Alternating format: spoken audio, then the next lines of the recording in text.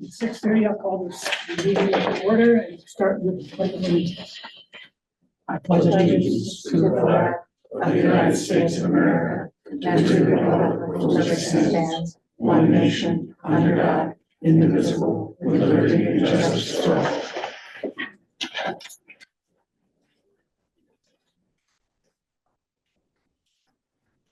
Okay. Next is roll call. Everybody's here. Thank you, everybody, for coming tonight. Yeah. Minutes. The minutes were distributed by Jerry. Hopefully you've had a chance to look at them. If so, I will take a motion for their approval. So moved. Is there a second? Second. Any changes, modifications, additions? Hearing none, all in favor, please say aye. Aye. Any opposed? Any abstentions?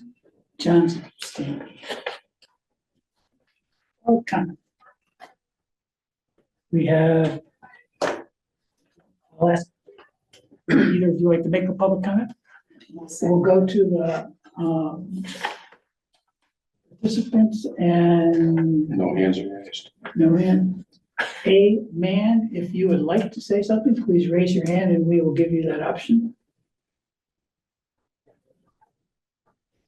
Okay. Moving on to the next agenda item, discussion on the OSPD budget. Let me do a little bit of background and then we can get to where we're world of bridges, reviewing the bidding. So we had the chief's presentation on January 7th. The police commission then worked with his budget and made a couple of modifications to his budget that was presented to the Board of Selectmen. The Board of Selectmen took that proposal, modified that proposal by eliminating $12,000 out of it, but left $5,000 in it toward an increase in electricity. At the same time, as the town is putting its budget together, there are a couple of small changes that are taking place. One is that instead of the $89,000 that has been set aside on an annual basis, other equipment, which is actually for payment of the vehicles, that money is going into directly into the vehicle account, and as well as for those funds that are collected by the police department for its outside services, anything in addition to $40,000 is also going to be put into that fund, and that fund is going to be used to then pay for the next flipping of the fleet. Do I have that right at this point? Okay, I got the nod from Leanne. So those are some minor, well, not minor, they're significant from a financial standpoint, but from a budgeting standpoint, not major changes. And the $89,000 stays in, it's just a matter of where it goes separately. So that's where we are at this point. Now the question is, wanted to invite the chief and members of the police commission to come in. I had raised an issue back in January, which I would like to pursue as part of this discussion. But before I go into that, I'd be open the floor to any other board member that has a question that they would like to have answered, either by the commission or by the chief. Anybody? All right. Hearing that, let me dive into this. So I'll start with a short story and then go into a somewhat longer piece. Short story, when I was going into my senior year in high school, my best friend at the time convinced me to run with him on a slate for student council. He, of course, was going to be president, so I became the treasurer. went through the entire year, monthly student council meetings. There'd always be a treasurer's report, where are we? We have this amount of money in the bank, thank you very much. At the end of the year, I went and talked to the school secretary, and she said, well, this is good, but where's your budget? Budget? I'd never even thought about the budget, never had a budget for the entire time. And so I quickly went home that night, and surprise, surprise, we had a budget that was exactly the same as the expenditures that we made. And handed it in the next day, and so that was my first experience in budget. And sadly, probably a little over 50 years ago. Since then, I have put together thousands, maybe hundreds of budgets, and have become much more of a stickler about budgets and about how they're used, how important they are. And I have been frustrated for a period of time about the Department of Police Services budget, predominantly because I've not been able to get a handle on how best to manage it. So what I've done is I've taken a look at the last 4 years.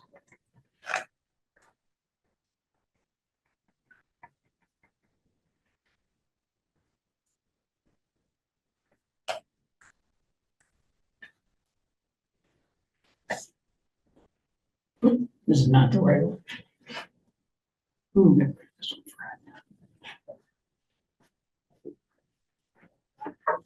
for the last 4 years of the Department of Police Services budget. And Larry, can you get rid of that or put it up top?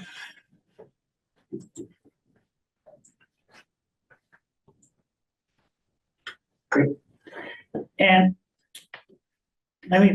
using the screen, let me show you what, when you take a look at the budget, regular employees, each year we are a little bit, we spend less than we budget. And you go all the way across, and that has ramifications throughout what I would call the entire kind of personnel side of the budget. And you end up with then at the end of each of these fiscal years with, on the field service side in 21, you had $372,000 surplus, $161,000 in 22, 345 in 23, and then almost 500,000 in 24. So we're in a situation where it's growing, and the major reason why this is happening is because we're in a situation where, because we have the 25 patrol officers in the budget, then what we need to do is we need to 100% fund those patrol officers. And as the chief and others have pointed out, even though we have them in the budget, we have not over the last many years ever had a full complement of 25 officers. So you then add, again, on the support service side, which is also kind of the personnel side of the budget, you're in a situation where fiscal year, you have a much smaller surpluses, but then you look at what's the total surplus on the personnel side for each of these fiscal years. And it ranges of a low of 230,000 in 22 to 547,000 in 24. So that, when there are large surpluses, there is always a question of, how do we, are we budgeting correctly? I'm willing to accept the philosophy of the 100% funding. And then what's happened in the way in which the budget is run is then in the general expenditure side of the budget, we're in a situation where we have basically a flat budget of in each of these fiscal years. But because there is then that money that has been generated on the personnel side, then there is in effect free cash to be able to utilize on important items for the Department of Police Services. And so you end up with some cases major 5 times from 36,000 to 150,000, sometimes more minor. under other supplies, similar kinds of numbers. So by the end of each of these fiscal years, what you end up with is 319,000 of expenditures over budget, 116,000, 174,000, and 276,000. Now, going back to my story as being now a stickler in budgeting, what concerns me is that even though there are these, significant numbers above and beyond the budgeted amount from year in and year out remains the same. And it just, to me, does not reflect the budget the way in which I would like to see a budget done. So this was what I raised with the police commission as part of, after the presentation by the chief on January 7th. What's happened is, because we're in a situation where each year there is, a surplus return to the town, and we haven't really, I believe, kind of come to grips with, are we doing this correctly? Is there a different way of making changes that would bring the budget, bring the expenses back into line so that we're not, in effect, overtaxing the citizens of Old Saybrook by, an amount of somewhere between 271,000 and, add 276, $500,000. So that's my concern, is that we have, we're in this position, the budget itself, because it grows by 3% every year, because of all of the fixed costs associated, you end up with the gap getting bigger and bigger between actual expenditures and the budgeted amount being what the taxpayers are supporting on an annual basis. So what do we do? Like I say, I'm accepting of the fact that we are not in a position where we will make changes to the regular employee line that Leanne and the chief need to budget those at 100%. However, having been involved in many budgets at the state level, having done not-for-profit budgets, and done budgets at many different levels, one of the elements in a number of these budgets is something referred to as a vacancy factor. And that is, you effectively recognize the top line, that you have to do the top line the way the top line is, but you bring money out of the budget, make money unavailable by applying a vacancy factor. And in this case, if you're looking at this part, you would, in my mind, you would be in a situation where right under this green bar, if this were, an actual budget that Leanne was putting together, I would have a line item that would be vacancy factor and then an amount, whatever that amount is. So then what the actual total budget for the department is that. And I would recommend, for the purposes of conversation tonight, that we utilize a vacancy factor of two positions. Now, Leanne has done a great job in providing for us at the beginning of our budget discussion, this document, which is the town salary and benefit schedule. And in the salary and benefit schedule, under the police department field services, there are 3 vacant positions in there. And in those 3 vacant positions, they are funded.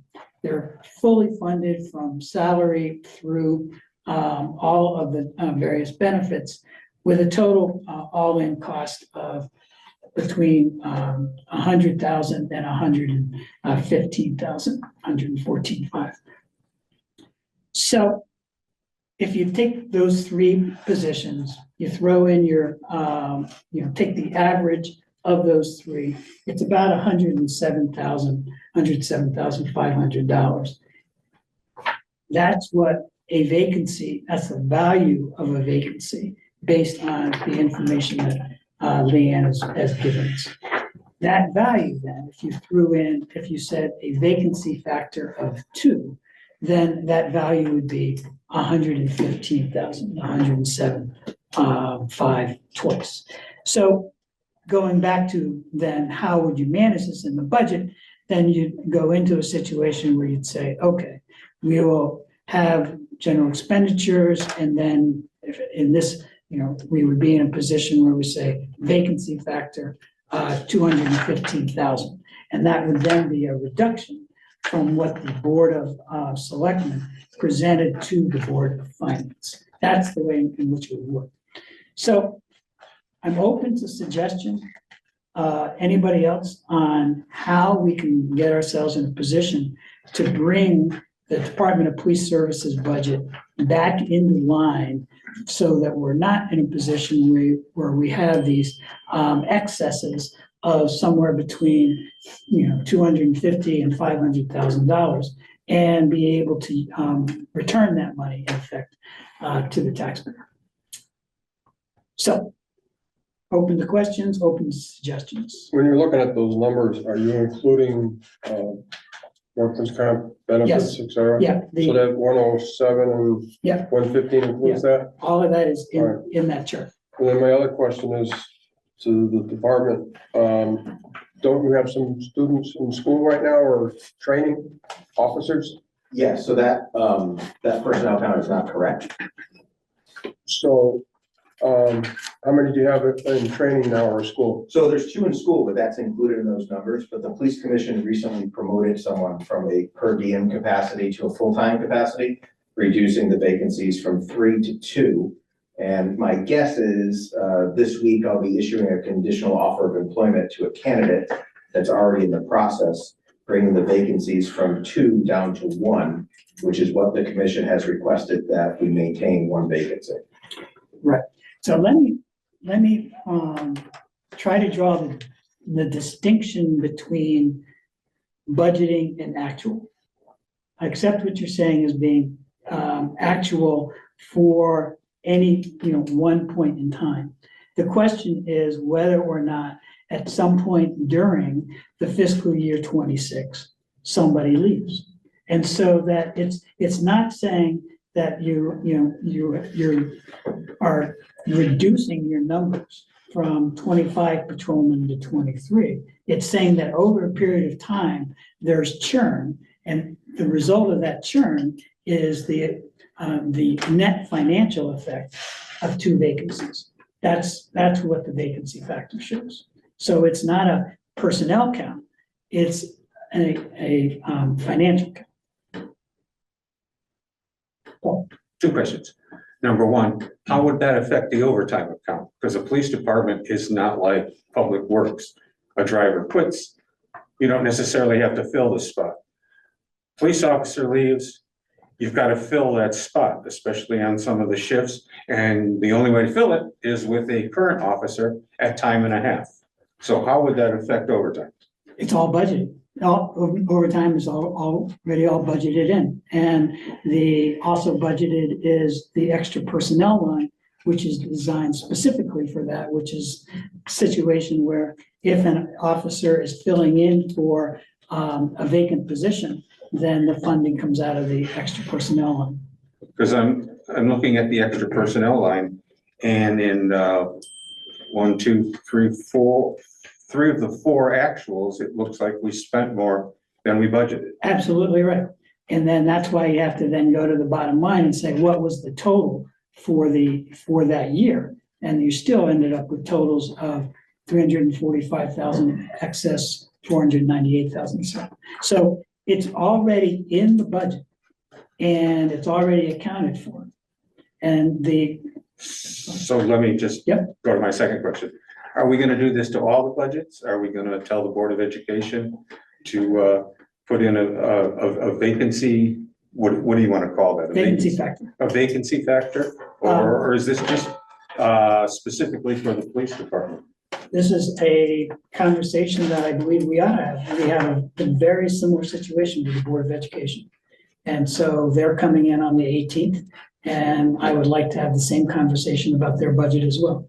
So if you hypothetically, if you did, it sounds like you're trying to deplete two officers off the payroll. No, I'm not, I want to be very clear. That is not the case whatsoever, that what I'm trying to do is I'm trying to reduce the total amount of budget that ultimately we go out and collect taxes for to be more appropriately sized. And so there's still 25 patrol officers, there's still 100% budgeted in there. And if that, that's all there. So it's not being, reducing any of that.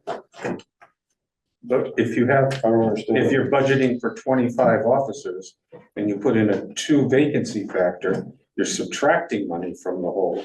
So you wouldn't be funding 25 officers. Well, no, you're still funding 25 officers. Go then down to the bottom line. The bottom line says that there was a situation where the chief has had available money to him, 319,000, 116,000, 174,000, 278,000.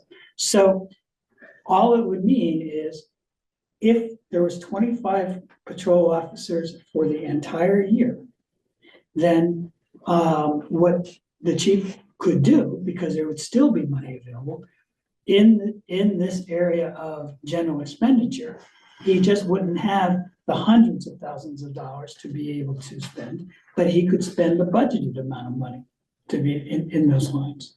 So it's just a matter of, if all the money that's necessary is in the budget.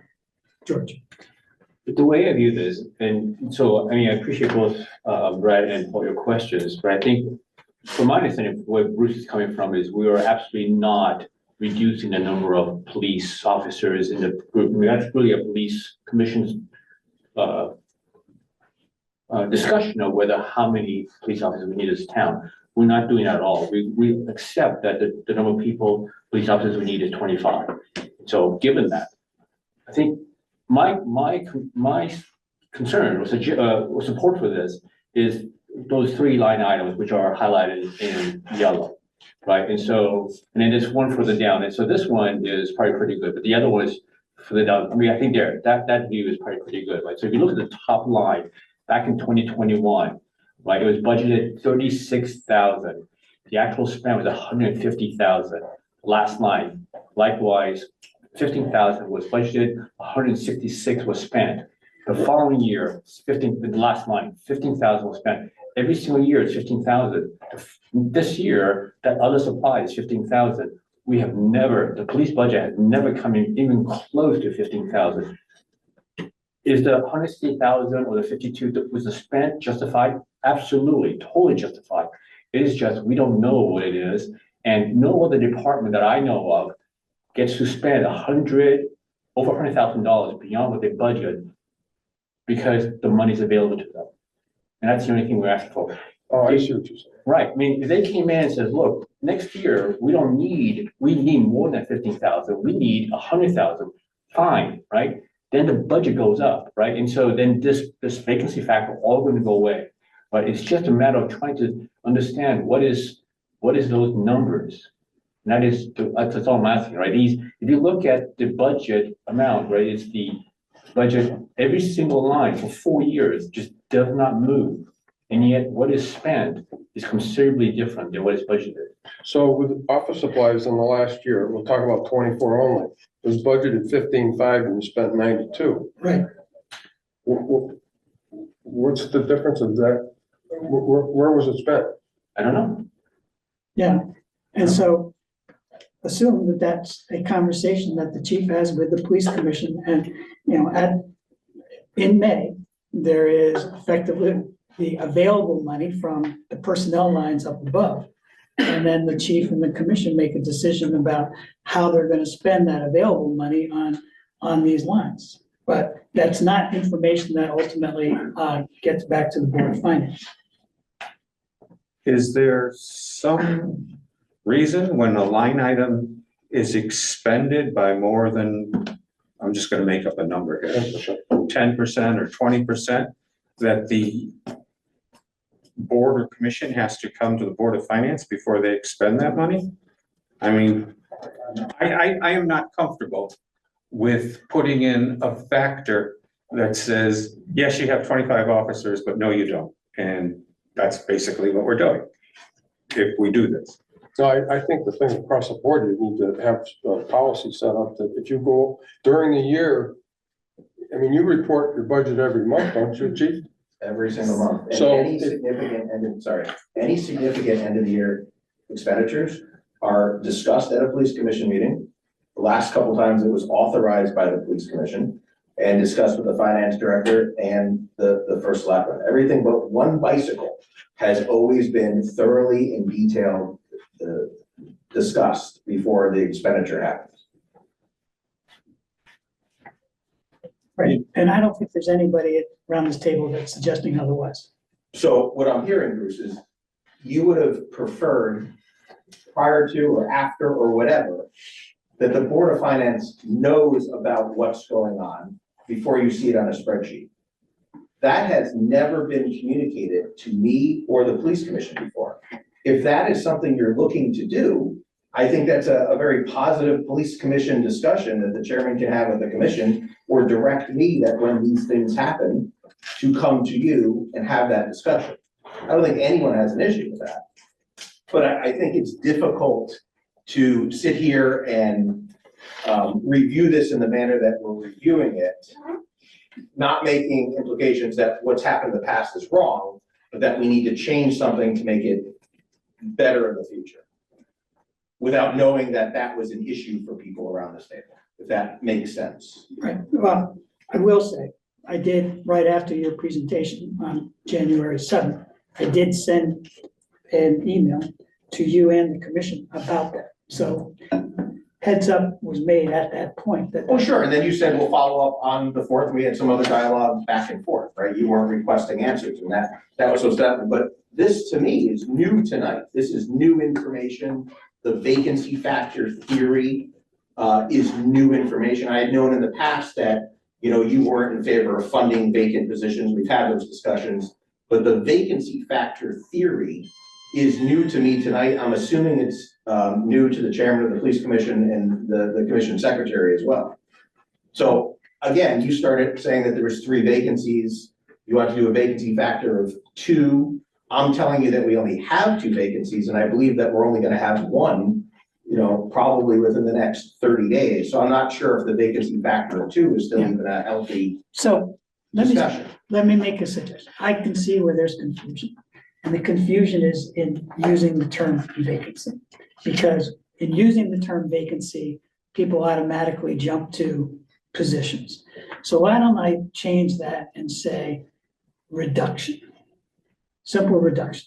So that it would be, we would have a reduction of the budget, $215,000.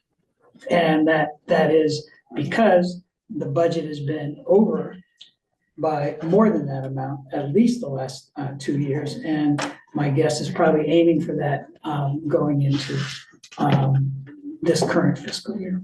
So that we take the whole issue of vacancies, because I can see around the table the confusion of saying, well, how many positions does that mean? And it's not only a question of number of positions, because there are overages throughout the entire budget, whether it's personnel, whether it's, you know, you can go through it step by step, but we're not in a position, I believe, from the Board of Finance side, to dig into each of the line items and say, this amount, you know, this amount, this amount. So it would simply be off the bottom of the budget, a reduction, 215,000. Someone says, how do you get to 215,000? I would show them how to do the math. I think going forward, what we have to do is set up a policy that, for instance, if the supply budget is 15.5, if I don't care if it was the police department or any other department, the commissioner needs to make us aware that they're over budget in February. And our office supply budget is at, say, at that point, I don't know, what, 60,000. We need to be aware of that. the other side of it, we need to know the good news, that the patrol budget, we've only used this amount instead of that amount. Right. So I just think that we need to be updated more often on this and every other department in the town. I mean, Right, and if, we get blindsided from, and I'm not saying this particular situation, but overall, I think that we need more accountability. But we need to ask for it and we need to get it.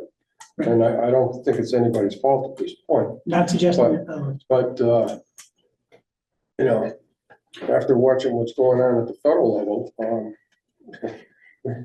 we need to watch it at our level. right, so what you may remember when the Board of Education was in, I think it was on the, January 18th. Mhm. And they talked about the fact that they had $900,000, $900,000 surplus. And, but also had spent some of their, some of that fiscal year's, money on capital projects that had been part of capital projects. But we didn't know about it. And so simply asked the superintendent, said, when you do that, would you please just send a letter to the Board of Finance to let us know what's going on? And It I should would be see. before, not after. Right, and I would see kind of the same situation. We're not in it, once we pass a budget, we're not in a position to either approve or disapprove anything that's being spent inside that budget. That's the department's funding, but it is good to know what's going on. George? So if I can just build on that. So the specific example for the school, right, that I remember.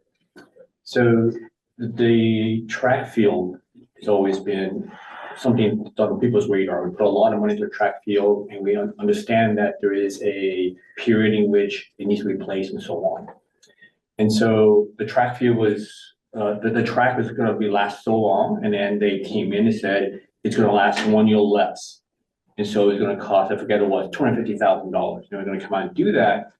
And there was $1 million left over $1 million in surplus, or not surplus, but unspent money. And so they spent $250,000 on that. And so this particular place decided to do that, or at least it came to us to do that.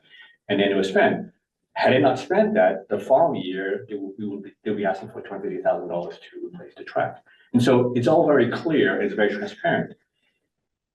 You know, last year was my first year on the Board of Finance, and, you know, I asked for the operation part. The ask every single year remains the same, even though the expenditure is not the same.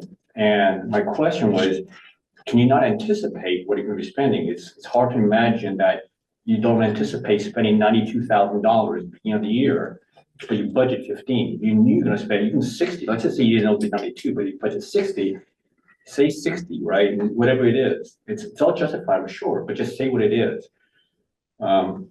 So the difference between the school and here is that we knew the school was going to spend $250,000. They brought up a year forward, and they spent that.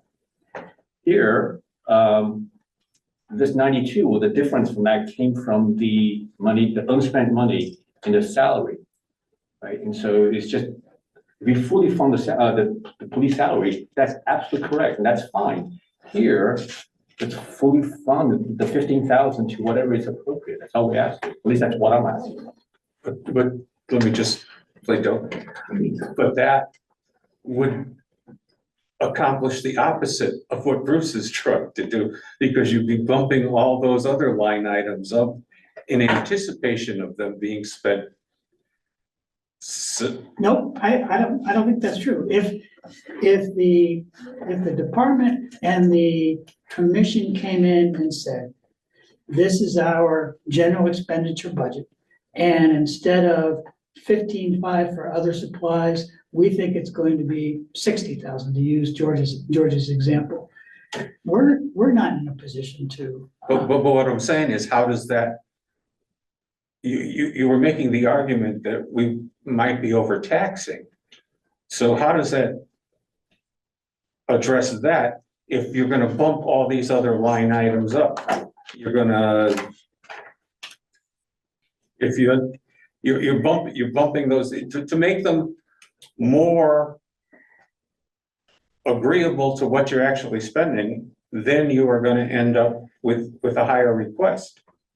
Correct, and then that's why the reduction piece comes into play, George. Well, if I can answer your question, right, and you're absolutely correct, it will go up. But then we will get a budget that's gonna, instead of saying 1.72 increase, it's gonna say 5%, whatever it is. It is gonna say 5%, we're gonna go, okay, we can't do 5. We can do something, and some of these line items is not gonna make it, right? That's $60,000, whatever they're asking for, whatever it is, maybe not, right? Or something else is gonna have to give, or we give them the 5, right? But you're correct, but then it's a realistic budget to that this is what they need to operate the police department. At the end of the year, there could be a surplus. The school comes in and they ask for whatever it is they ask. At the end of the year, there are unspent funds and gets turned back. Last year, it was almost ironic, right? They asked for $1 million. They returned $1 million. It was almost a wash, right? It was just kind of weird, but. So we're not voting on this tonight. I wanted to lay out for everybody, because we're not, our plan is we have the public hearing next week, next Tuesday night. We have the Board of Education coming in on the 18th. Yes. And then we will, maybe a short conversation with them. We may have a short conversation on the budget and vote on the budget on the 18th, but if we don't, then we'll vote on the budget on the 1st. But because I knew this was a long conversation, because I knew we wanted to be able to have the chief and the commission in the room, I just wanted to be able to have this conversation in advance of that. And it also gives everybody a chance to think about it before we ultimately get to having to take a vote. Chuck? I'd like to make a couple of general observations. Yes, sir. I'm looking at this, and my recollection is that at least 100,000 of that differential in 2022 was for next gen and the new data system, 50,000 for the original setup, and another 50,000 for implementation. And that, I think, was a very good investment. The chief sold the commission on it. We interviewed the representative from Next Gen. I think it was money very well spent. I've always been of the view that the chief's budgets have worked every year so far as I'm concerned, because my focus is on the safety of the town, the safety of the force. And I think we have, very good equipment, and we spend money to keep it that way. And a lot of these expenses I recognize as things the commission approved because the chief presented to us an opportunity. We're getting near year end. There is money, yes. This was not foreseen, but it was an opportunity and the commission took it.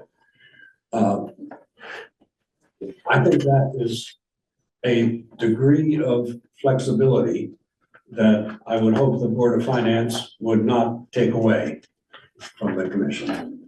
And so I just wanted to get that out.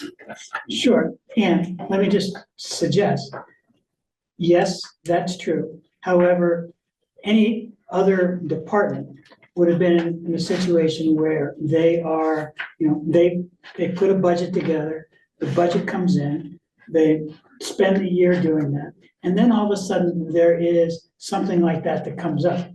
They come back to the Board of Finance and they say, can we take $150,000 out of the capital non-recurring fund to be able to do that? Makes sense, good idea, boom, it happens. And so there are ways to get to the same place that, still allow the flexibility, still allow everything, but keeps the departmental budgeting process the same for all of the departments. I have no concerns at all about a requirement that the commission would bring, I would suggest, some threshold number to the Board of Finance before the commission approves it. That usually would be a percentage. So I'm going to go to Jill and then we'll go to Leanne. Yes, just, this budget works. It has worked for every year that you have up there, even though general expenditures sometimes can do run over. I have been uncomfortable with that myself, but I do find this budget works. And the thing is, the police department is a very different animal within the entire realm of the town services. It operates 24/7, 7 days a week. It is just constantly going. So it's different from a Board of Ed budget by leaps and bounds, in terms especially of the fact that Board of Ed has to control their line items and report back when something is going over. This is a lump sum of money that is given and can spread out as needed. Personally, to reduce it willy-nilly with just a number. I'm gonna object to willy-nilly. No, okay, Look at these numbers. That is not willy-nilly. Please. It is really a random number. You may not think so, but sitting here, I can say to you, it is random. And I just don't think that it's appropriate, first of all, and I'm certainly not comfortable with it. Good enough. Leanne, So Larry, can you blow up so they should go back to my screen again? You want- The picture, get the yes. pictures in. right. Do I have the floor, Mr. Chair? I can't tell. You do, go for it. I just wanted to remind everybody of a couple things, to add to the discussion, not to take away from it. First of all, the, Board of Finance has had a policy in place where we give money back to the police department every year. That amount has been anywhere from $60,000 to $90,000. So included in those surplus numbers is that amount. I want to remind everybody that that's not going to be there next year because we've already fixed that. Those numbers are going to be going off to the police vehicle reserve fund that we've set up for the Board of Finance.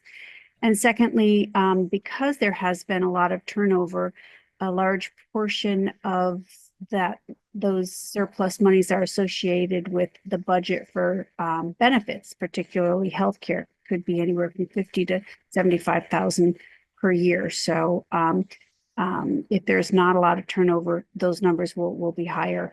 And we didn't discuss that during your conversation about vacancies. And I just wanted to get that out on the floor, that is, those two factors have also contributed to the surplus. That's all I wanted to say. Thank you. Fred, I just think we need to get a quarterly report on probably all the budgets, so that we prevent this or aware of this happening, whether it's the school or whoever it is. I mean, I just think that, you know, I don't know what the expenditure was on the 15.5 to 90, whatever the heck it went, 91,000 or something. yeah, But can somebody tell me what the difference was between the 15.5 and the 91,000 last year? Supplies? Not off the top of my head. I know we invested a lot in some IT systems. The commission was very interested in upgrading the computers after hearing from the employees during the annual strategic planning session that some of the computers were original with the building back in 2014 and, you know, are getting slow. And so we made that investment.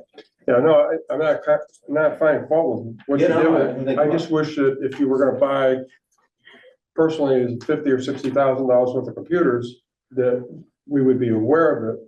And we might say, because of other departments within this town, can you hold off until July or whatever?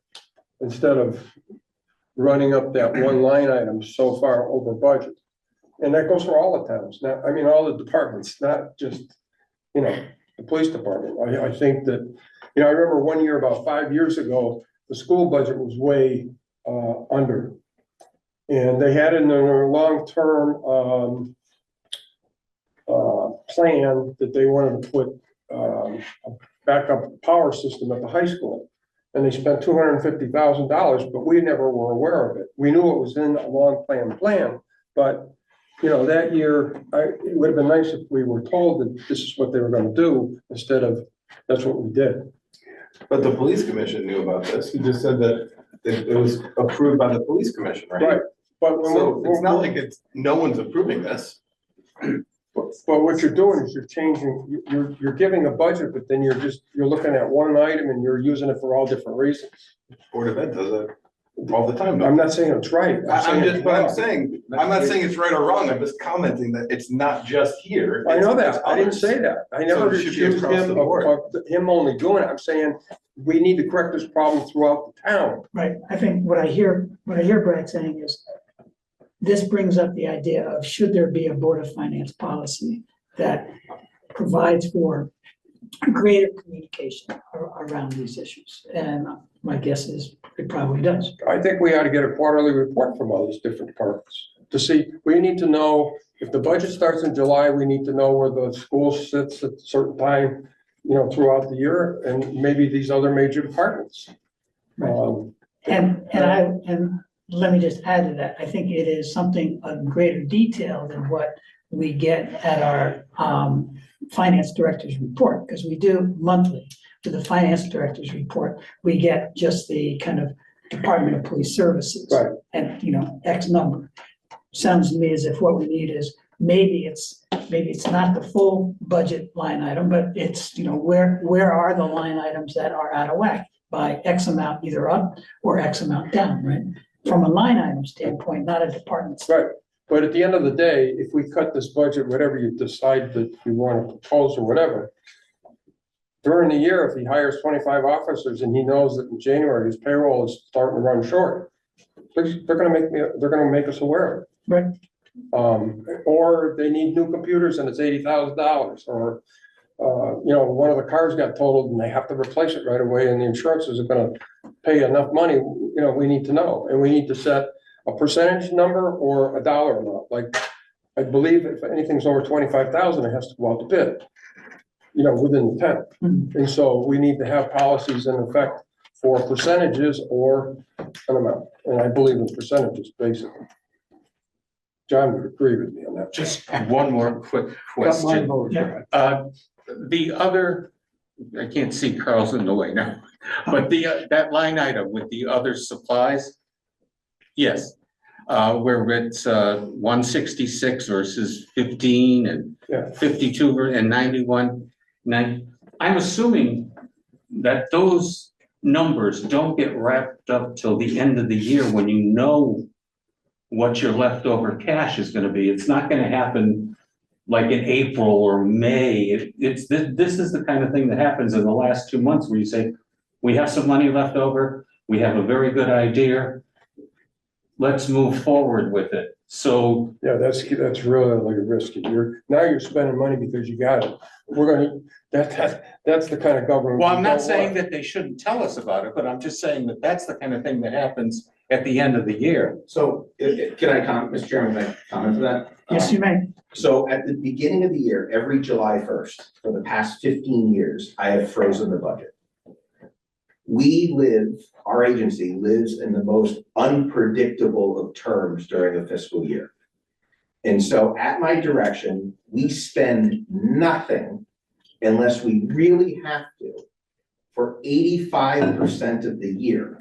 Because if we are met with tragedy and I have to overexpend personnel resources because a response requires that, then I know I'm not going to buy as much supplies or toner or paper or whatever I'm going to need that fiscal year, because my priority is supplying public safety resources. I think, while I enjoy this collaborative discussion, I think it might be lost that we're actually talking about surplus being the problem and not running in the red year over year, which is how I inherited the police department budget over 15 years ago. And so I think that there needs to be some credit to the agency and to the commission, who does provide oversight every single month on police department expenditures, and working with our finance directors to have a formula-based system that works, and working with this board and the Board of Selectmen to have a budget that has run in the black for as long as it has. If this board chooses to reduce the police department budget by $100,000 or $200,000, the police commission has the responsibility to identify where that reduction comes from in the budget. The only possible place that those funds can come from in our budget is in the personnel section, which, in my opinion, would result in either not filling positions or creating a scenario of a layoff. I don't think that's in the best interest of the town of Old Saybrook. To Leanne's point, and I appreciate her saying, I had it written down. First of all, some surplus exponentially can occur just because of a vacancy, but because of the healthcare associated with the vacancy. You all have the personnel schedule. You all have seen the amount of money the town properly spends on providing healthcare and other personnel-related benefits to their employees. When there is a vacancy, not only the salary to that employee goes to the bottom line, but exponentially the benefits. We've also identified something that increases the surplus each year. In that, the Board of Finance, as Leanne has properly mentioned, has a policy that anything we bill for outside services related to vehicles gets incorporated back into the budget. It backfills the fuel line item. But after we made that line item zero, we still incurred the extra funds. So if we had a very busy year where there was a lot of private duty jobs and therefore a lot of vehicle fees, not only were we canceling out the expenditure of fuel in the line item, we were actually adding money to the budget, which increased the surplus. And so I submit some of the surplus dollars that we're showing on the screen tonight are not factual as surplus to the actual approved budget by the taxpayers, but it's representing not only that surplus, but additional monies that have been infused. Now, the Board of Finance has fixed that problem. So at the end of fiscal year 25, any excess funds related to the outside services account that we bill for our town vehicles will no longer increase the surplus in the budget. It will now go into that off-budget account and properly fund future purchase of vehicles. So I think you've made a step in the right direction. But I think a reduction would not be wise. And I also think that the Board of Finance, and I'm not saying that you don't, but the Board of Finance does their job, and then the Police Commission does their job. There is not one penny that I have ever spent of any budget that I've been responsible for that does not go through a check and balance in an approval system. I do not have a town checkbook. I don't write checks. We request that monies be spent. That goes to the accounting department, is approved by a whole approval process here at Town Hall, and then is reported monthly to the Police Commission. If the Board of Finance wants more communication from the Police Commission about what's going on with the budget, first of all, we have the liaison program. We can certainly pour gas on that and have one of the members go to our meetings and report back if that's what you want. We can supply, if the Police Commission agrees, reports back to the Board of Finance. I'm sure there's a different type of report that Leanne can generate from the system or accounting can generate from the system to give you the information that you need. But I also submit that while we're looking at how we budget townwide, maybe we should look at how we budget with our line items. I've always been a fan of breaking things out a lot to be as transparent as possible. But then it gets us into the discussions of you spent more on office supplies than you did. If there was one line item that said general expenditures, and we took from that line item all year, you wouldn't see this. If we had overtime, instead of all the different overtime categories that I like to have because I believe in cost centers, you wouldn't see one line item in the black, one item in the red. You would just see everything in the black. And so that might be another discussion. But when we came over, when we crosswalked to Yacoa, this is how we chose to do it. And to the Secretary's point, this has worked. So our budgeting practices have not been at the detriment of the Old Saybrook taxpayer in any way, shape, or form. Quite to the contrary. Carl? Can you hear me okay? Yes.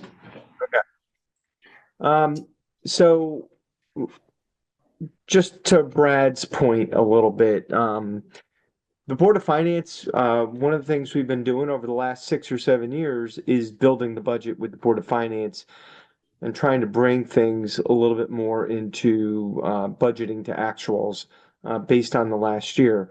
And this year, I think you saw it even in more detail than last year. I think having more, I don't know that you need more policies for Leanne or I to report on monthly in terms of expenditures, because I think several times this year, in fact, we came to the Board of Finance and said, hey, Public Works is thinking about doing X.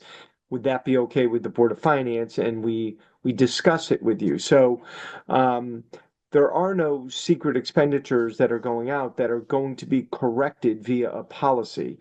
And really, I think to the police commission's point and to the chief's point, the police department being the largest budget, the general government budget anyway, I think maybe having, whether it's a liaison or whether it's actually receiving the chief's monthly report at the Board of Finance for review, whether it's every other month and spending a little time on that, maybe that's something you want to do. And the Board of Finance can invite the secretary, the chief, anybody who wants to come. But I also want to, one last thing with regard to surplus, and again, it's going to come up this year. Let's overall probably a good problem, right? We don't want to have a community where we're constantly looking at deficits like some communities are because they can't collect the taxes. But I think when you look back at the last few years, the surpluses have really come on the revenue side. The expenditures and the police budget being the largest of them, and having a larger surplus. On the expenditure side, I want to say it's been in the $400,000 to $500,000 range, and maybe the police department budget represents half of that. If you were to put the rest of the expenditure against the rest of the budget, I don't think it's an outrageous amount in terms of the expenditure budget. The real surplus part has been coming on the revenue side. And that is something we can discuss. Now, whether we want to boost interest income to $1 million and then, pay for it in a few years if interest rates go down again, I don't know. But that is where the real surplus has been coming for the last few years, and it's coming again this year. We can't budget more than a 99% collection rate. Now, when you look at the treasurer's report in 2 weeks, you're going to see we've made budget. We've already made budget for fiscal year 25 on our tax collection, which is amazing. And this is a conversation we've had with the chairman of the Board of Finance, in terms of the elderly tax relief, people able to pay their taxes, are we still hitting that 99% rate? And that is something that is worth watching all the time. But we're not going to budget a revenue on tax collection of over 99%. Greenwich doesn't do it. Darien doesn't do it. We're not going to do it. And thank God we don't have to budget less. So those are just my general comments. I don't know that you're going to fix this and with a new policy. Now, with regard to the chairman's comments on reductions, I mean, 2 times vacancy rate or vacancy rate of 2, I suppose that's what you're suggesting. The number could be any number, right? I mean, it could be a vacancy rate of 0.50. It could be of 75 basis points. Could be anything if you were really suggesting it, if in fact there's support for that, and if you factor in the fact that some of the the revenues that are going to the police department won't be going to the police department anymore. But those are my general comments based on the conversation I've heard. Got it. Thanks. George? So this is actually a question for Leanne. So Larry, is it possible for you to get all 4 people back, or all the people back again? Yeah, go Do you for want it. to stop sharing? I'm gonna stop sharing. Okay, so here's a question for Leanne. So, I'm just trying to understand, when we're talking about the surpluses, or that's not the right word. I mean, we need to find another word for surplus, right? But money going into the police budget, that, they can spend, right? And I think what I heard was that some of the, off-duty, I'm not exactly sure what the word is, but off-duty pass that gets paid. Eventually, one of the things that we talked about was using that money to pay for the car, for example, and going to that fund. Is that money that's coming in for the surplus? Is that in these the fiscal year budget thing that Bruce was talking about, where he shows the surplus, the line on the bottom? That is actually part of, that is a line item in there? Yes, so in August, I will come forth, and I have every year, and the chief provides me with how many hours that the vehicles have been running, and, times, I forget what it is, $25 or whatever it is that they charge. That adds up to like 60, 90,000. And we have been putting it towards fuel. We've been putting it towards vehicle maintenance. And at that point, the police department already has a under budget, over budget, whatever you want to call it. I'll call it a surplus. They spent less money than they actually budgeted. And that makes it worse. It makes the surplus higher when that happens. But we've solved that problem. I mean, I think it was recognized this year during the budget process. And so that's going away. But, I just wanted to just state that when you look historically at those numbers, that was part of the reason why they were as high as they were. Right, but right now, in the line item that, for each of the expenditures, there is no line item for off-duty income. Or is there one? That goes in the off-budget fund, outside services, and Okay. now and then we usually do the sheets with all the different funds in it. You'll find it there. So we're actually transferring money from an off-budget fund into the general fund. And that's really the only time that we do. I'm sorry. So the math that Bruce is showing, where the bottom line was around 200,000 surplus already, with the off-duty income, it's actually even more than 200,000. No. No, I think it's the other way around, because what happens is, the way I understand it, Leanne, correct me if I'm wrong. So let's use the numbers that have been floating around. There's a $90,000 in the off-budget account. They keep and there's an expenditure of $60,000 in the fuel account in the budget. They'll bring the fuel account back down to 40. So that's why if my sheet was up, you'd see fuel stays at 40 all the way across. And then whatever the balance is in that off-budget account, that flows then to back to the general fund and is considered part of the general fund surplus.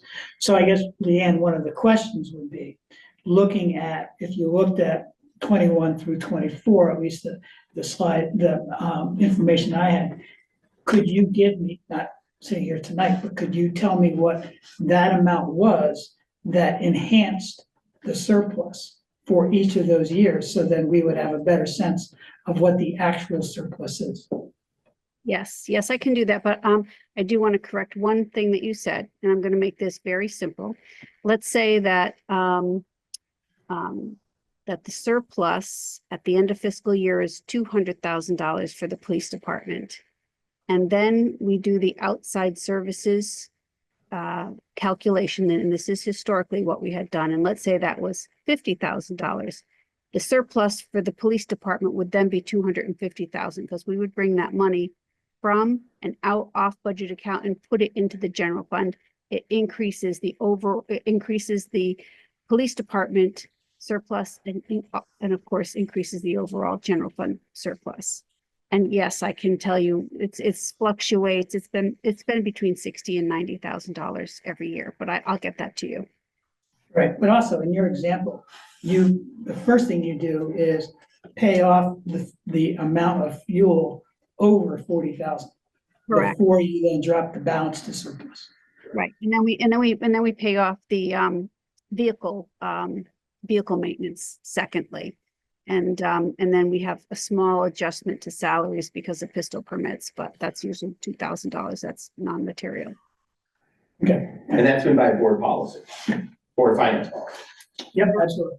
That, Yeah. so, Yep. So isn't there a $15,000 in the budget for car expense? I mean, maintenance? So you're saying that the maintenance budget is going over every year? so yeah, if they spent 40,000 on maintenance, we would bring it back down to 50,000. It offsets those two line items because outside services monies are the theory behind all this is that they use our cars. The general fund has to pay for gas and maintenance and wear and tear. So we bring the money back to both the line item and the vehicle maintenance line item. All of it, 100% of it. Megan. Well, I just wanted to go back to the vacancy factor, and I'd love to, I mean, it seems like it's a budgeting tool and something that the public sector and private sector both use, and I don't think we should take that off the table. I think we should look at it as a board, you know, throughout the budgets. I mean, I think it's, you know, we're trying to drill down to that right number, and I think we should discuss that further. Okay. I'm sorry that I interrupted you. Brian. That's okay. I see on the report here, we got Lieutenant Delta, March 2025, 24/7/14. And the chairman told me that's for two positions. And it's, so you're reducing sergeants or something like that, maybe? How many sergeants do you have now? No, so what the delta represents there is we did not know who was going to get promoted to the rank of sergeant, patrol sergeant, or lieutenant. And so we had to establish a mechanism in the budget that would allow for that delta to actually be applied to a person. So the commission is interviewing the applicants for the position of lieutenant on Thursday. So my guess is if that's successful by Friday or Monday, I will be able to communicate to Leanne who has been promoted to sergeant, who has been promoted to lieutenant, and those deltas can actually be applied to their actual line item next to their name. But obviously, when making the budget, we couldn't do that because we didn't know who was gonna get promoted. So my guess is there will be a revised personnel schedule provided to you after I give Leanne the information, once I have the information to give to Leanne. So now you have how many sergeants? So now we will wind up with 5 sergeants and we'll have 2 lieutenants. And that is the structure that has been approved by the police commission. So there's gonna be 2 sergeants and 5. 2 lieutenants, 5 sergeants. 2 lieutenants. And then with the new lieutenant positions, what other benefits are included? So they're union positions. And so unlike last time when we had lieutenant positions where that had to be specifically negotiated in a personnel services contract, that is not the case. So the first selectman had to create a memorandum of understanding at the request of the police commission with the collective bargaining unit to establish the benefits. So it's salary, but there's no change in any other benefits. What about cars? No. Vehicles? They vehicles stay at the station? I have no intent of assigning a vehicle to any lieutenant. So in my tenure, we've reduced how many take-home vehicles there have been, and I believe strongly in that. Okay, so how many take-home vehicles are there then? So I have a take-home vehicle and the detective sergeant has a take-home vehicle. So that would be 2. 2, okay. All The right. captain had one, but obviously when he retired, he did not leave with his car. So those are true numbers then for sergeant, the only additional cost. Right, so there'll definitely be a revised personnel schedule that will reflect all the different promotions. So will it be 5 sergeants and then 2 lieutenants? Correct. Yeah, so we're not changing the number of positions, but the dollar amount next to specific individuals' names might change if they were the ones who, So if you have 5 sergeants now and 2 are gonna become lieutenants, wouldn't it be 3 and 2? it's not necessarily sergeants that will become lieutenants. So it's probably premature to have that conversation 2 days before commission interviews. Okay. And I got a couple other questions. On fuel budget, electricity, you increased to 10,000. I'm under the understanding electrical rates are going down. Is there a reason? Brad, I'm gonna interrupt you for 1 second. The police commission increased it to 10,000. The board of selectmen reduced it to $5,000 increase, just so you know. It's not in the book that way, though, right? Well, that's the police commission book versus the Town book? town book. Okay. So it's now 5,000 more? So now to increase it 5,000 more.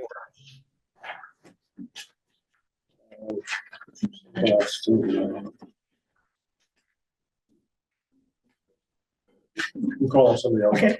Are there any other questions people have? George? I have a good question. So Leanne, I'm just trying to, I'm trying to wrap my head around what it will be the final percent increase for the police budget. Because, in your budget book, the board of selectmen approved number is, I'll get the exact number, right? It's 5565, 555. I think it's page 96, which is about $100,000 less than what the police commission had presented. And I suspect that is due to that 90,000 for the police car moving out to a different budget. And so, and I get that. And so, right, if we actually put down 5.5 million relative to last year, it's actually which is what you had in the last page, it's actually a decrease in the request, right? But in fact, it's not. I'm just trying to figure out how these percentages are going to work, right? Or maybe we don't really care, right? Because essentially we were saying that police budget is not, police department is not even an increase in budget, they're actually having a decrease in the budget, when in fact, in total, they are going up, maybe not 1.72, but maybe 1.69 or something. Right. I'd have to get my calculator out, but the field service budget is up 81,000 or 2.1%. Support services is up 4,000 and change or 0.4%.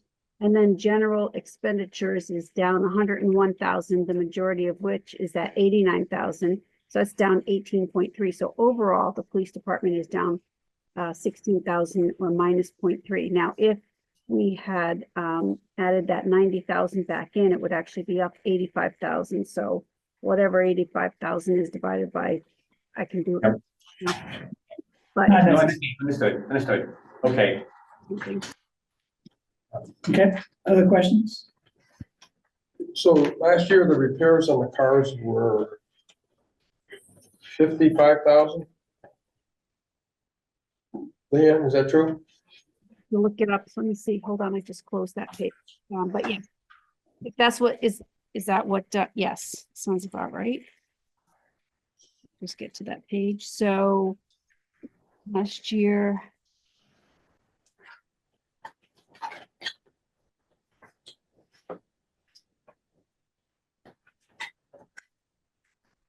Repairs and maintenance was 15, for fiscal year 24 with 36,000. Wasn't it in the budget for 15? Right, And then they spent 36 total? right. So they're only really over 21. Right. And but when I do that analysis for you all, you'll see, I'll show you those two line items and I'll show you how much money we put back from outside services. So what I can't tell you right now, because I don't have it in front of me, maybe that vehicle repairs was 60,000, we put 30,000 back in. I don't know to that point. Right, so that 36 is after you've made the correction. So they spent about 60,000 in repairs? We don't know. She's gonna. We don't she's know. gonna tell us. So when that kind of expenditure is being made for car repairs, I gotta assume those are the older cars? older cars, the newer cars. Aren't the newer cars, have any type of warranty or they're drawing? No, but sometimes we're able to negotiate a warranty, or Chevy will pay like 50%, for a repair that we, protest about, but all the vehicles are out of their warranty at this point.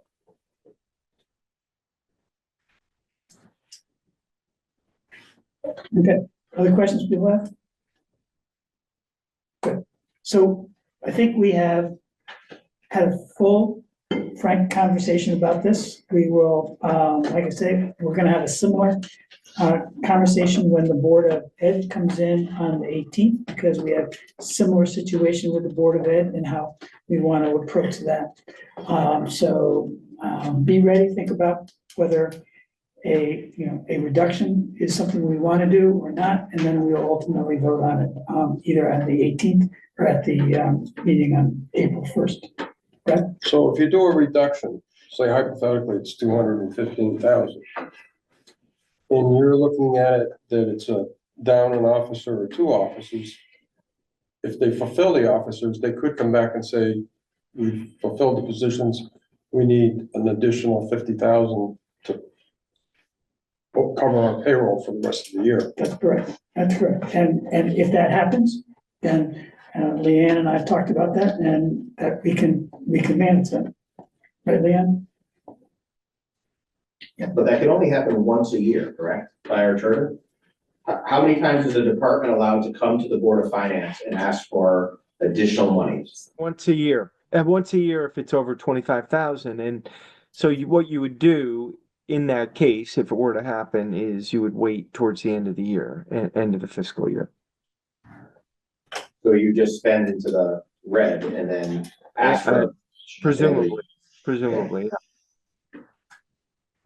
So I'm not sure that's the best way to budget. Going back to your scenario, being in high school, I'm not sure that the best budgeting scenario is to budget into the negative and right before the end of the fiscal year, ask for a deposit of funds to make your budget balance. I would submit that that's not solid budgeting. I've never been to a budgeting class in any of my executive training that has suggested that's the way you manage a police department budget.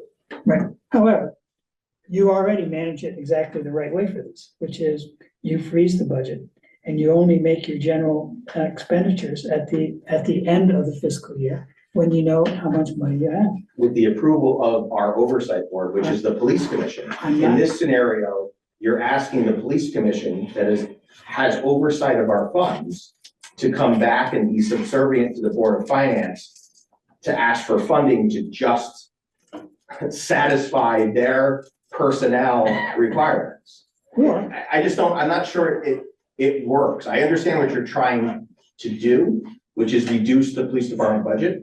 I'm just not sure that that's the most appropriate way. I would think that you would want to have more of a collaborative conversation with the entire police commission about everyone's roles and responsibilities in the bigger picture before you would make a reduction and try to work your budget that way. And, obviously that's up to the commissioners. There's two here present, maybe they completely disagree with me, but. So my question is, Carl, if they came to us in May and they said their computers need to be replaced, they can't wait till July because they're malfunctioning or they got a virus or whatever. Even if they got an approval in January, are you saying that they couldn't get $50,000 to get new computers as an emergency? If it was a capital request, you could probably do capital non-recurring.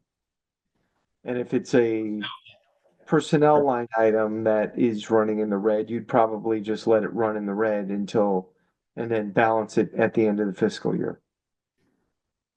So if there was an emergency, it could be fulfilled. okay? All right, So can I ask one more question? sure with me. That's as many as you want. If we hypothetically cut the budget overall 215,000 like you're proposing, where are you gonna make the cut? Not gonna make the cut. That's the point. The point is, it's Bottom line? It's off the bottom line. And so then the chief and the commission manage to the bottom line. They don't.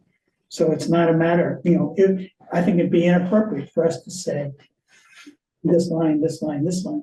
But it's appropriate to say there's too much money in this budget, we need to reduce it, so we take it off the bottom line. I would suggest you don't have the authority to go to the actual line by line. Yeah, The Board of Finance got in trouble doing that about 20 years ago. I would not. Who was the chairman? But Not for me, not for Zeb. Bruce, in that scenario, the police commission would have to identify where that reduction is coming from in the budget. Because under your scenario, we just manage to the bottom line. That's why we've been just having the conversation for the past hour, because we've been managing to the bottom line, which has always been in the black.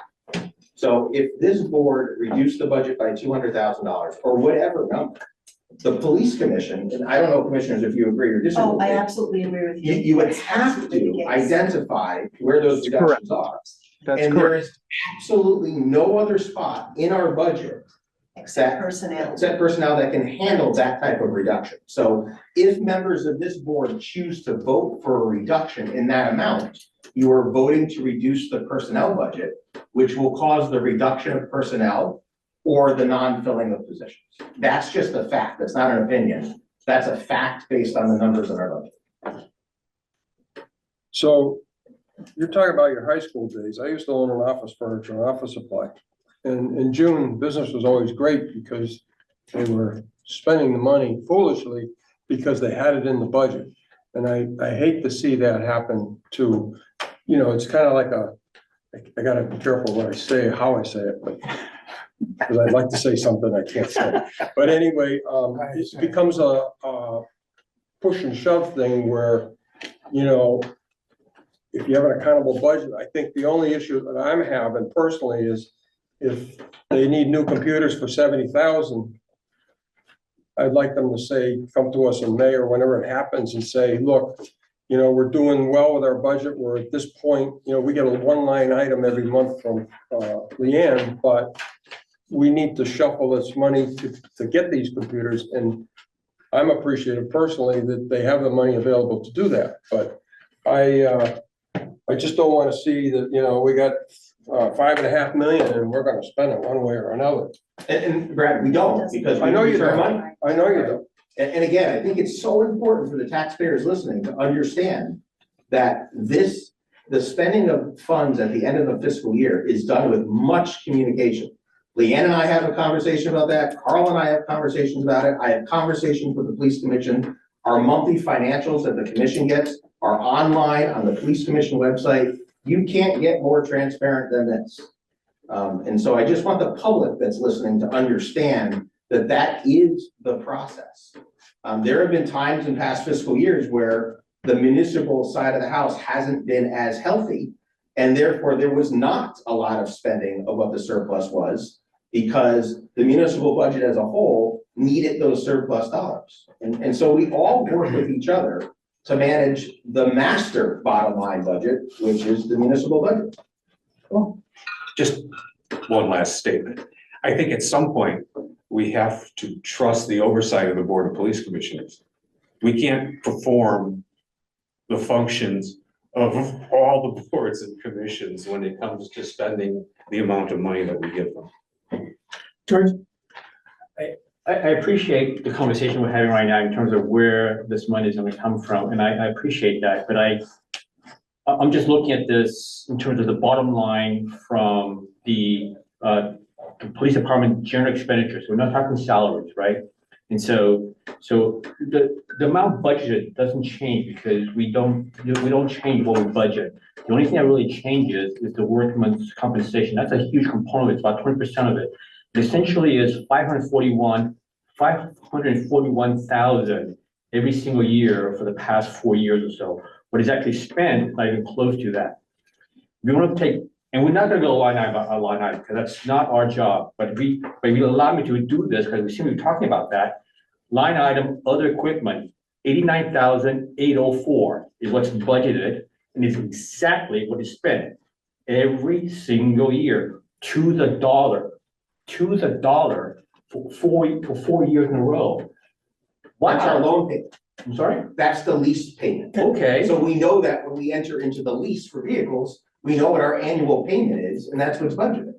Fair enough, right? So, but it's hard to imagine that there are all these other line items that when you say we will hold off free spending until the end of the year, right? Essentially, you're saying every single one of these line items do not get spent until we know what it gets spent, or maybe some of them do get spent. Unless they're contractual in nature, right? So there's a lot of, right, so fuel, the first selectman, very rightfully so, has entered into a fuel contract. On July 1, 2025, money is owed from the Department of Police Services budget, which will throw off our percent spent for the years because it's one of the largest line items and it's a front-loaded expense. I can't freeze that. I can't freeze our EAP contracts. There's a lot of things I can't freeze. But the ones that I do to properly run a public safety budget. And so if you take any public safety budgeting class, they tell you at the beginning of your fiscal year, if you're a federal employee, it's October. If you're a municipal employee, it's July. They tell you, hold on to as much as funding as you can because you don't know what's going to happen during that fiscal year. That's the most responsible way a public safety leader can budget. And it clearly is because it's working. All right, are we ready to move on? Bruce, thank you for allowing me input tonight. I appreciate it. Absolutely. Thank you very Have a much. good evening. Thank you for your attendance. Thank you, Chubb and Jill, for your attendance as well. We will step on to the next. I don't think we want to have any other fiscal year 26 budget discussion, so we'll go directly to the selectmen's report. Carl?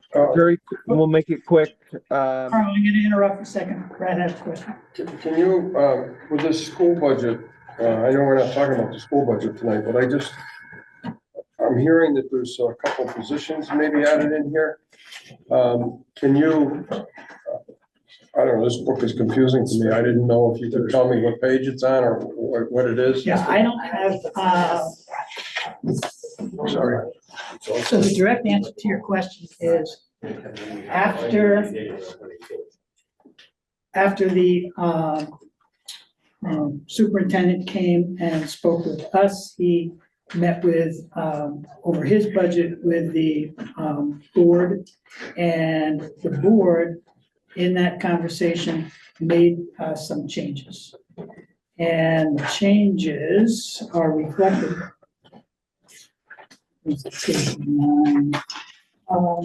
And one of those is an increase, is an addition of a associate principal at Goodwin. And that was for $131,000, and then there's about another $30,000 of associated costs outside of just the salary costs. So let's, for round numbers, we'll call that $160,000, and then $135,000, not specifically for a position, but for a set of services that would be involved in assisting in strategic planning. And also they received a NEASC report, and so being able to implement recommendations out of that. So the total of 135, 160. So there was about a total of about $300,000 that were added in by the Board of Education after we met with the superintendent. And so this is the page that shows. So, last time they did that committee for the study, George, if I remember right, they had volunteers from people from town, plus board members, plus teachers, et cetera. Remember when they did that 5-year strategic plan? Yep. So what I don't understand is why this time, and I know it's not a question to you, but that's the way it was done before, and now all of a sudden they want to hire somebody for X amount of dollars. They hired a consultant last time, I'm pretty sure. George? So we hired, I've been on the board for so long, the one that's 10 years ago, we had a consultant, we had the townwide thing. The one that was 5 years ago was much more localized. It was mainly the DLT that managed it. I don't believe that we actually went out to the outside and so on. But I think in this particular item, and this is probably the question for the superintendent, and so I'm speaking way out of line, but I think, for that line item, he's talking about multiple different things, not just the strategic plan, but also, dealing with the NEASC accreditation and some other centralizing, some other functions, back to the central office. What was that, NEASC? Yeah, NEASC, it's every 10 years, I don't remember what it It's is. the New England accreditation for secondary schools or something along that line. So it's an accreditation body that the high school has to go through every 10 years. Correct. And then they get a report, and then they are monitored as to how they're implementing their recommendations. And my understanding, the report came back and there were a list of things that the high school needed to do, and so somebody would need to manage that. My guess, but no, but seriously, these are the questions that we should go to the superintendent. So anyway, this is the discussion for the 18th. Right, no, I know, I just want to be able to see it. Yep. Now, thank you for telling me Okay. which page it is, like, Carl? to look at that.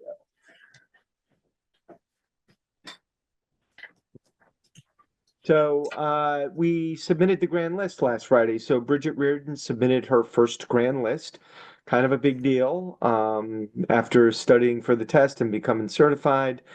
And it does show an increase. Well, we can talk about that as we go through the budget process. But she was very thorough, very really put her head down, very nervous about making sure it was accurate and doing a good job.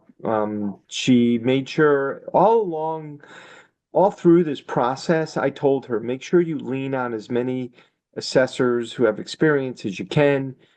She even called on Norm Wood a few times, and Norm always took her phone call. So the grand list is submitted with the state. We have to do that every year, just so you know. I think I mentioned last time there's about 9 reval cases from the reval of 23.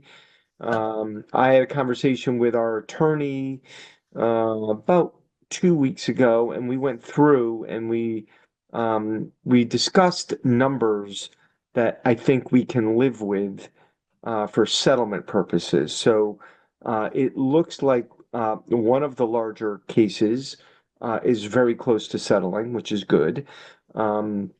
And we'll work through that list. I mean, we don't want these dragging on they can drag on for 3 years, and then you have to issue a credit.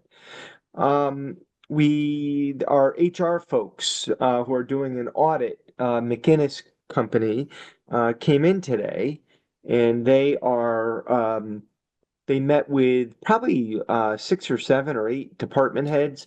They're going to finish on Friday with about 5 more. I met with them at the end of the day, about 4:30. They said they had a great day, and they said they learned a lot. They were very complimentary of the workforce.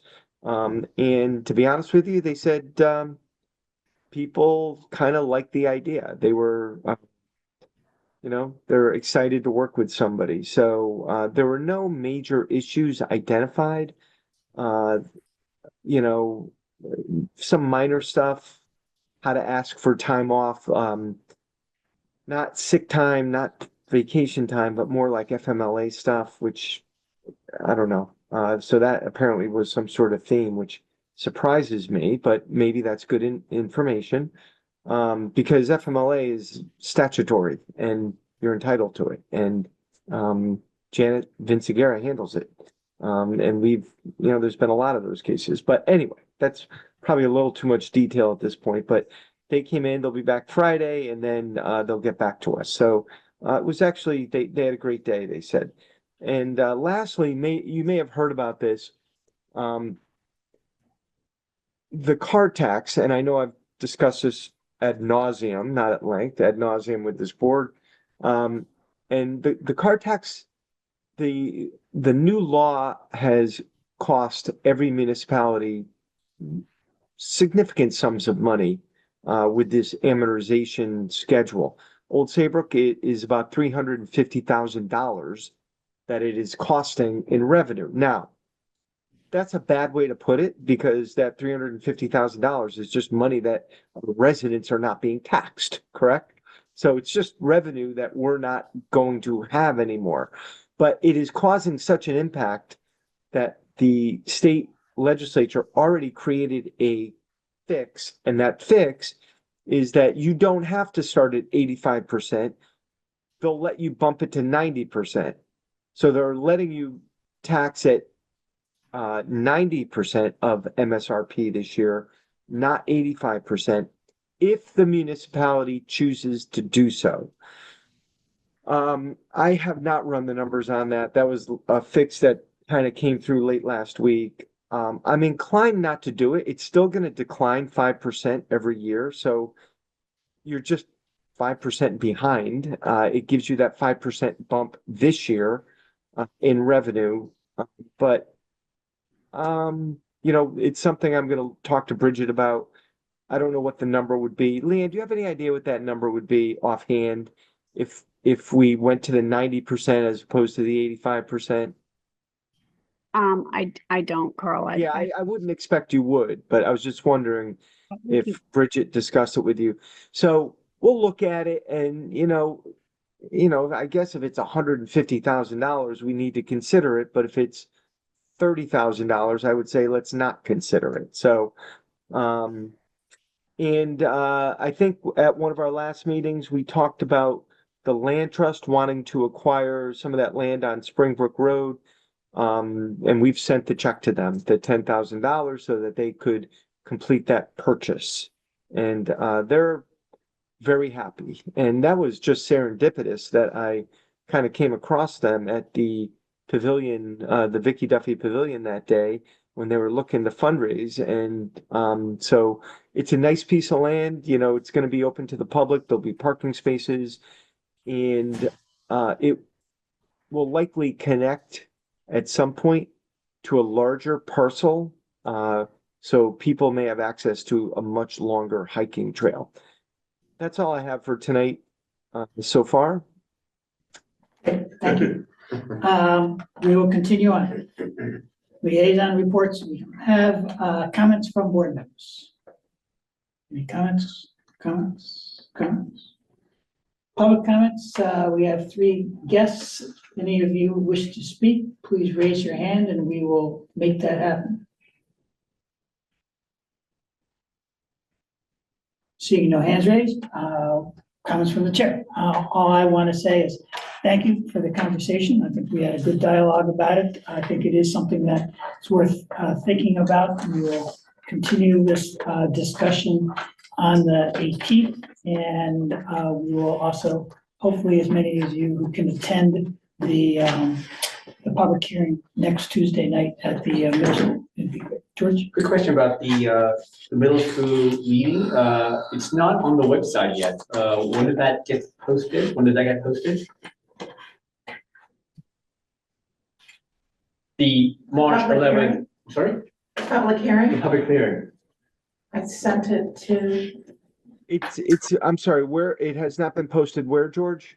Just on website. the website, just the events calendar. Yeah. I don't know why. I'll look into that tomorrow. Okay. Thank you, George. Anything else? Take a motion to adjourn. So I'm moved. Second? Second. All in favor, please say aye. Aye. All right. Thank you very much.